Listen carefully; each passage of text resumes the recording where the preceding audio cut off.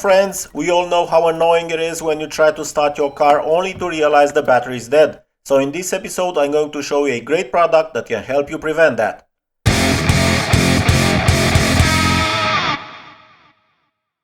I'm talking about the Kingbolen battery analyzer. It's very easy to use, especially for people who don't have much electrical knowledge.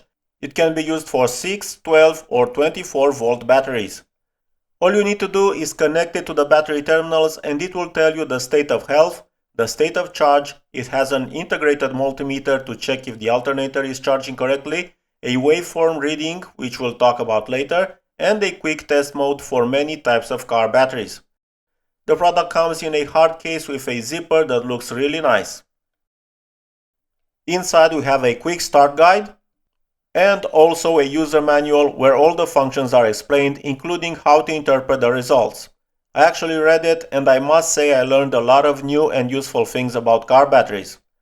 We also get a cable for software updates and of course the tester itself with two good quality clamps to attach to the battery terminals. Enough with the theory, let me show you how to use this tester in practice.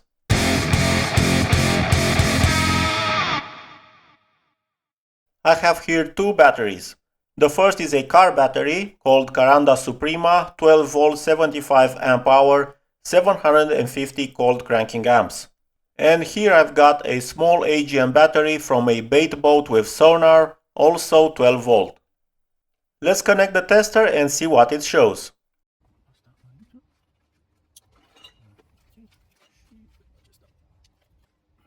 It takes about 4 seconds to power on. Attention, if the battery is completely dead, the device might not even turn on. I'll go into the check menu, then select 12 volt, go straight to quick test. The engine is off. This test is basically the same on the car with engine off, so I will confirm. The label says 75 amp hour. OK. And here it is, state of health 0% and the message replacement. So this battery can no longer be used on a car, but, and this is where the tester is great, it shows GB or good battery and less than 30 amp for cold crank.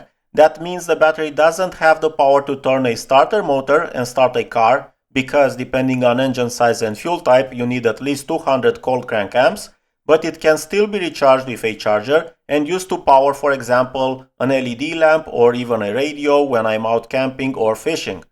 And so I've probably answered the question some of you were wondering about, why the heck I keep dead batteries in my garage. Now I'll also do an out-of-vehicle test.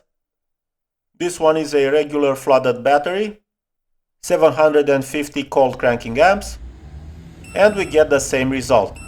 State of health 0% with replacement. It shows cold cranking amps below 100 and on the left the standard I set 750 cold cranking amps. Let's check a waveform as well. It's constant off the car, so no dead cells, another sign I can still use the battery for other things. The waveform is saved automatically and you can view it here. This function is really useful when working alone. You can start the car and then see if there were any voltage drops. Let's do a quick test on this AGM battery too. Check. 12 volt. Quick test, since it doesn't have a cold crank rating. I will set 3 amp hour as written on the label. And everything is okay. I knew this battery was fine because it's fairly new.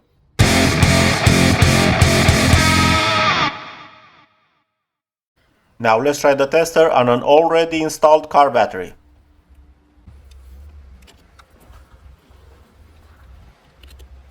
Let's first do a quick test. I'll set it to 80 amp hour since 77 isn't available, and the state of health for this one is okay. But we should note that the standard for cold cranking amps in quick test is only 640 amp, while on my car's label it says 780 amp. So quick test isn't the most accurate, and it's important to also run an in-vehicle or out-of-vehicle test depending on the case. So let's go to in-vehicle, battery test, OK, regular flooded, cold cranking amps, I'll set the standard to 780 as on the label. And here it is, state of health is actually 74%, around 672 amps in reality. The message says I should retest after charging with an external charger. Now let's use the multimeter function to clear things up. I'll start the car and go to multimeter, 12 volt, OK, and it seems I do have a weak battery. At this point I've got a lot of consumers on headlights, radio, blower motor, but the alternator seems to cope at idle. If I rev the engine a bit, I'm sure it would go green. Now I'll turn off the consumers to see how the alternator changes at idle. And it's in the green zone, so the alternator is charging just fine. But further down in the starter test menu, we see the minimum crank voltage is about 7.7 volts. Normally on a good battery it shouldn't drop below 9 volts. So most likely my battery is tired. I'll have to put it on a charger and redo this test to be sure. I'm really glad I have this tool. It's a very cheap product for what it can do. If you want to buy it, you'll find everything you need in the description. I hope you enjoyed and found this video helpful. If so, don't forget to subscribe, give it a like and leave a comment. It doesn't cost you anything. All the best. Bye bye.